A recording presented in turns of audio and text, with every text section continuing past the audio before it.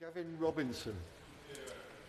Mr Deputy Speaker, thank you for calling me in this most gracious speech debate, and I do appreciate the warm wishes of welcome and guidance that I've received from members right throughout this House, but most particularly from those other Democratic Unionists that join me here on the Ulster benches.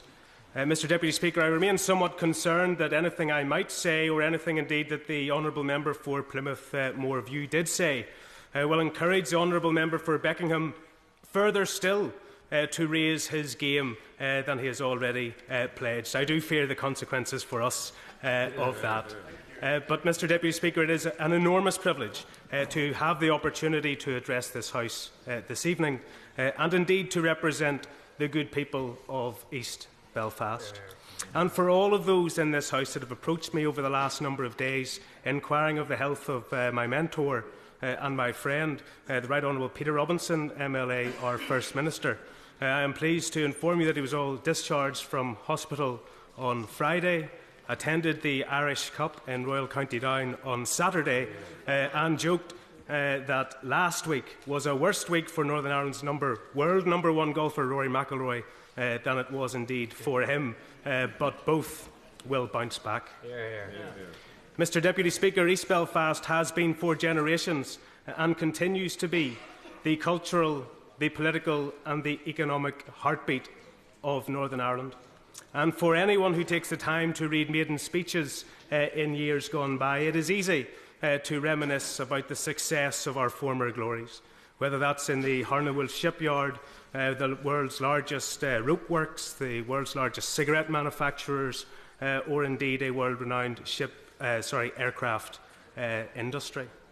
But today I can inform all members of the House with privilege and with pleasure that East Belfast retains that status as the driver economically for our region and for Northern Ireland as a whole.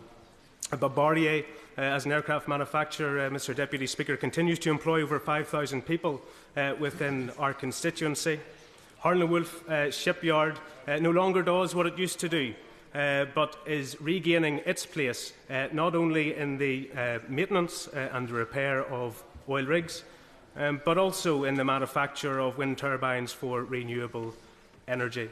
The story, Mr Deputy Speaker, of East Belfast is one of continual renewal, and I do believe there is much hope for the future.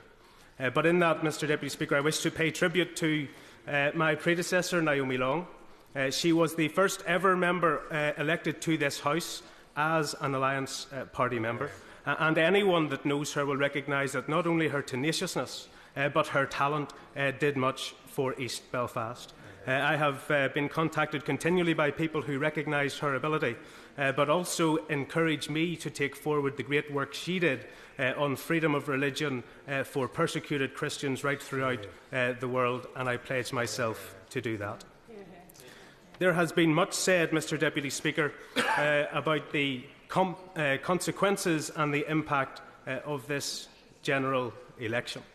And for those of you who were in the chamber some 10-20 minutes ago, it could be summed up by the adolescent quest for Lebensraum in this quarter of the chamber, but it is much more important than that.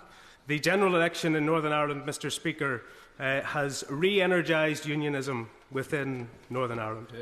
I am delighted to have returned East Belfast to Unionist hands.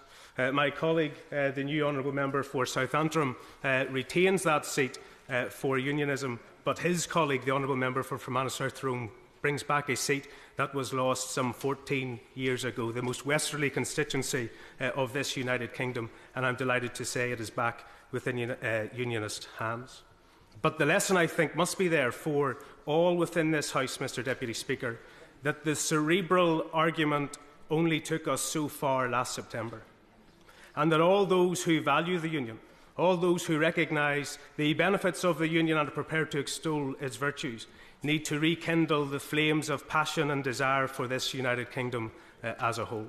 And over the course of this Parliament, Mr Deputy Speaker, I pledge myself not only to advance that cause and to extol the virtues and the benefits of the Union across the British Isles, but to pledge myself to the people of East Belfast and to this Honourable House Thank you very much.